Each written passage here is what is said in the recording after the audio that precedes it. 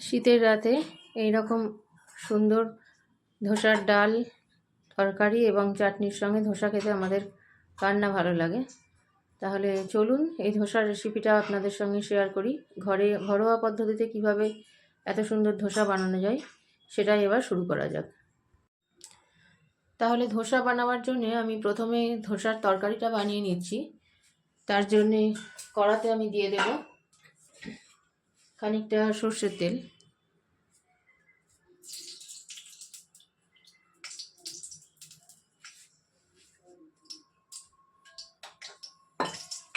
এবার তেলটা একটুখানি গরম হওয়া পর্যন্ত অপেক্ষা করি।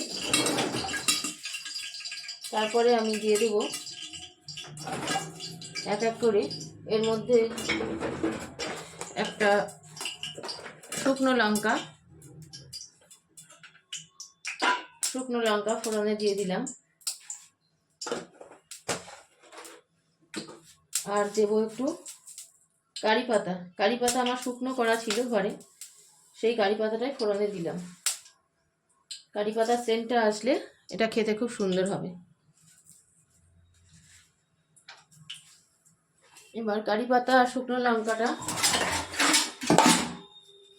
একটু ভাজা ভাজা হয়ে গেলে আমি এবার এর মধ্যে একে একে দিয়ে দেব পেঁয়াজ কুচি। পেঁয়াজটা বেশ অনেকটা পরিমাণ কুচিয়ে রেখেছি, পেঁয়াজ কুচি দিয়ে দিলাম। ও আর একটা জিনিস দিতে ভুলে গেছি, একটু সর্ষে ফোড়নে দিতে হবে। তা আমি একটু ফাঁক করে সর্ষেটা দিয়ে দিলাম।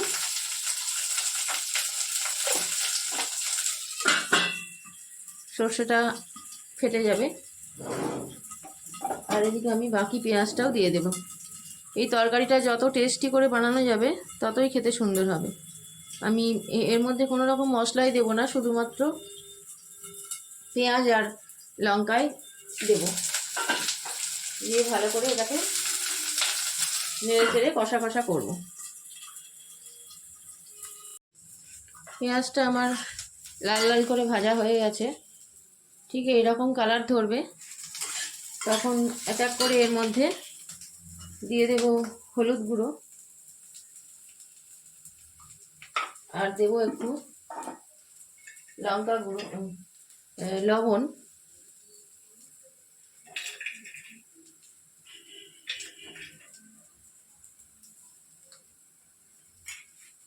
দিয়ে একটু নাড়াচাড়া করে এবার আমি এর মধ্যে চিড়ে রাখা কয়েকটা কাঁচা লঙ্কা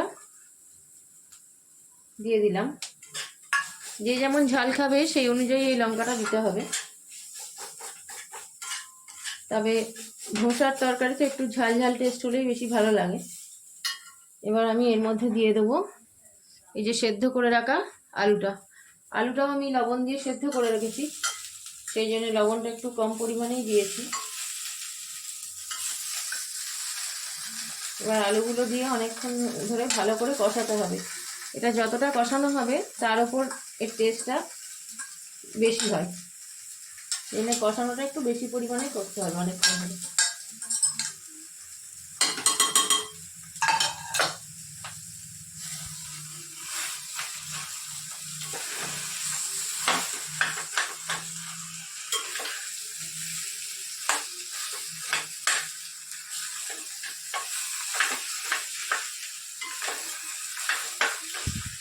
ওদিকে আমার ধোসার তরকারিটা রেডি হয়ে গেছে। আর এদিকে আমি ধোসার জন্যে যে ডালটা বানানো হয় সেই ডালটা বানানোর জন্য এখানে অড়হর ডাল কুকারে ধুয়ে দিয়ে দিয়েছি। তার মধ্যে দিয়ে দিলাম আমার যা ঘরে সবজি আছে, একটু গাজর আর একটু বিনস, একটু লাল কুমড়া হলে ভালো হতো, কিন্তু আমার যেহেতু নেই সেজন্য দিতে পারলাম না। আর দিয়ে দিলাম একটা গোটা টমেটো। এবার এর মধ্যে বেশ খানিকটা জল দিয়ে দেব ডালটা সেদ্ধ হওয়ার মতো।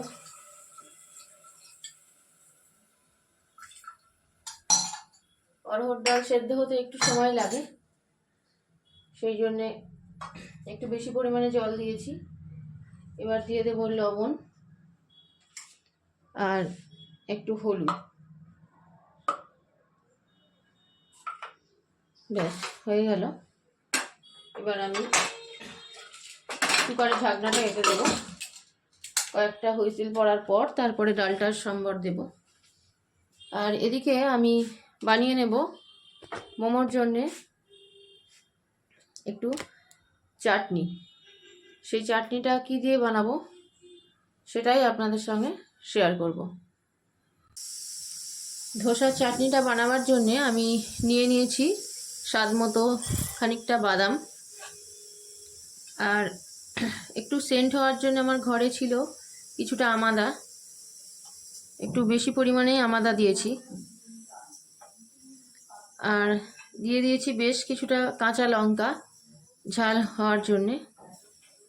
এবার এগুলো পেস্ট করে নিয়ে আমি দিয়ে দেব এই ধনেপাতা আর পুদিনা পাতাটা। ধোসার ডালটা বানাবার জন্যে আমি দিয়ে দিলাম একটু তেল। তেলের মধ্যে একটা শুকনো লঙ্কা ফোড়নে দিলাম, আর দিলাম একটু কারি পাতা।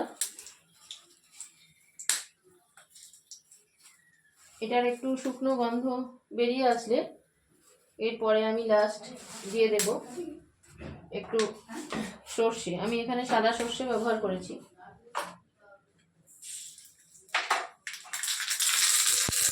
সর্ষেটা ভীষণ কাটছে।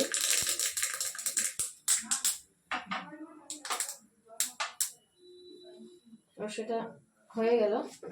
এবার আমি এটা যে ডালটা সেদ্ধ করা আছে তার মধ্যে এই ফোড়নটা দিয়ে দিলাম, আর দেব এর মধ্যে এই যে এভারেস্টের সম্বর মশলা, এই সম্বর মশলাটা খানিকটা দিয়ে দেব, তাহলে সেন্টটা সুন্দর আসবে। সাউথ ইন্ডিয়ান ডালের যেমন সেন্ট হয় ওই রকম সেন্ট আসবে। আর ধোসার ডালটা একটু মিষ্টি মিষ্টি খেতে হয়, সেই জন্য আমি দিয়ে দেবো এর মধ্যে খানিকটা গুড়। আমি এখানে গুড় ব্যবহার করলাম কারণ আমি রান্নায় গুড়টাই ব্যবহার করি। আপনারা যদি চান এখানে চিনি ব্যবহার করতে পারেন। তাহলে হয়ে গেল আমাদের ধোসার ডাল রেডি। এই যে এই রকম কালার হয়েছে। এবার আমি ধোসাটা ভেজে নেব ডালটা ফুটে উঠলে। আর এই যে চাটনিটা পেস্ট করে নিয়েছিলাম আমি এর মধ্যে একটু মেয়োনিজও দিয়ে দিয়েছি টেস্ট আসার জন্যে। হয়ে গেছে আমাদের ধোসার চাটনিও রেডি। ধোসা বানাবার জন্য আমি এই চাল আর ডাল ভিজিয়ে নিয়েছি। মানে এক কাপ চাল নিলে তার 1/4 ভাগ হচ্ছে ডাল, কারণ ডালটা বেশি হয়ে গেলে কিন্তু ক্রিস্পি ভাবটা আসবে না, সেই জন্য ডালটা 1/4 হবে।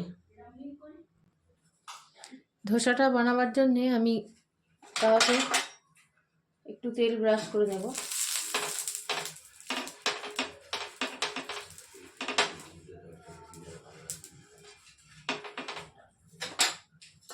তারপরে একটু ঠান্ডা জল ছিটিয়ে নিতে হবে।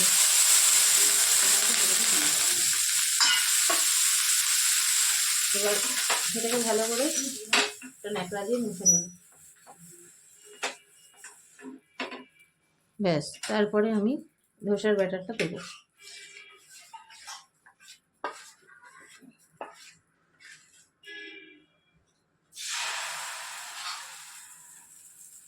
এইভাবে দু হাতা দিয়ে আমি এরকম কাট করে এটাকে গুলিয়ে নেব।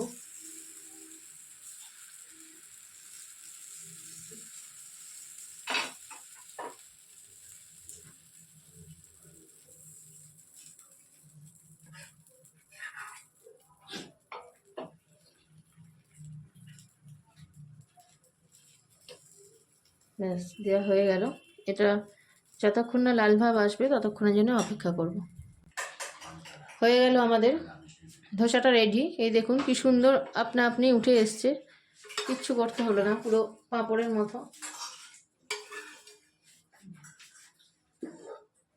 এই যে ধোসার পুরো প্লেট আমাদের রেডি।